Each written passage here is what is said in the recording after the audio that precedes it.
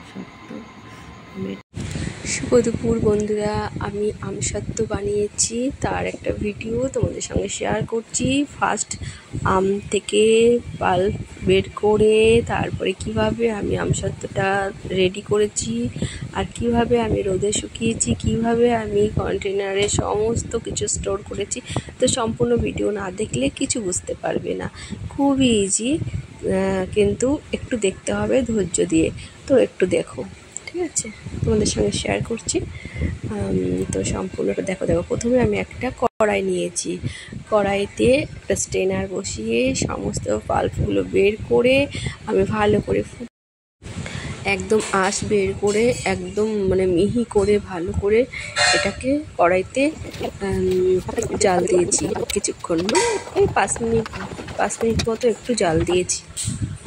হিমসাগর আম জানো তো তোমরা এমনিতেই মিষ্টি, কিন্তু আর একটু ভালো করে মিষ্টিটা হওয়ার জন্য আমি একটু চিনি মিশিয়েছি, যাতে মিষ্টিটা আরও সুন্দর হয় আর সেন্টটাও খুব সুন্দর হবে। এটা জেলাতে একটু একটা আঠালো একটা ভাব হয়ে যাবে, বেশ সুন্দর হবে।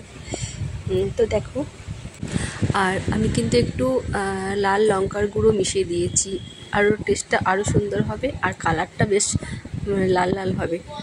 দোকানে যেরকম ফুড কালার মিশাই, আমি কিন্তু ফুড কালার মিশাইনি, এটা কিন্তু লঙ্কার গুঁড়ো।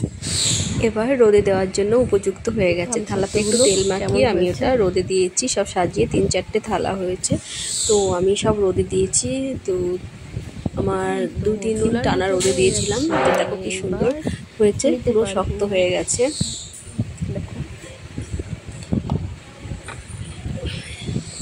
আর যেটুকু ইয়ে থাকে নরম থাকে পাখার হাওয়াতে রাতে দিয়ে রেখেছি, তারপর থেকে তুলে ফেলেছি। তো দেখো এগুলো একদম শক্ত হয়ে গেছে, আমি এগুলো তুলে নিচ্ছি। দেখো আকাশে মেঘলা মেঘলা ভাব, সামনে বৃষ্টি শুরু হয়ে যাবে। তো আমি এটা বৃষ্টি যখন হয়নি তখনই এটা আমি শুকিয়ে ফেলেছি। তো এখন তো খুব বৃষ্টি, আর এখন আমার কি মজা লাগছে যে আমার এটা তৈরি করে ফেলেছি। আর তো এবছরের মতো আর আমসত্ত্ব তৈরি করা হবে না, কারণ বর্ষাকাল নেমে গেছে। যদি করতে হয় তো ঘরের পাখার হাওয়াতে শুকাতে হবে, আর না হলে গ্যাস ওভেনের নিচে তাপে শুকাতে হবে।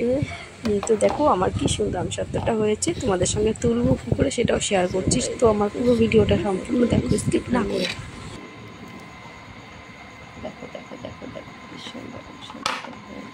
দেখো কেমন লাগছে বন্ধুরা দেখে। আমসত্ত্ব দেখেছো, একটু থালাতে লাগেনি, এত সুন্দরভাবে উঠেছে। এগুলো এবার আমি একটার পর একটা পাট করে কেটে আমি স্টোর করে রাখবো। তো এটা 1 বছর অবধি থাকলেও কোনো অসুবিধা হবে না, কোনো নষ্ট হবে না। তো দেখলেই তো আমি কি করে জাল করে রোদে শুকিয়ে কি সুন্দর করে বানিয়েছি।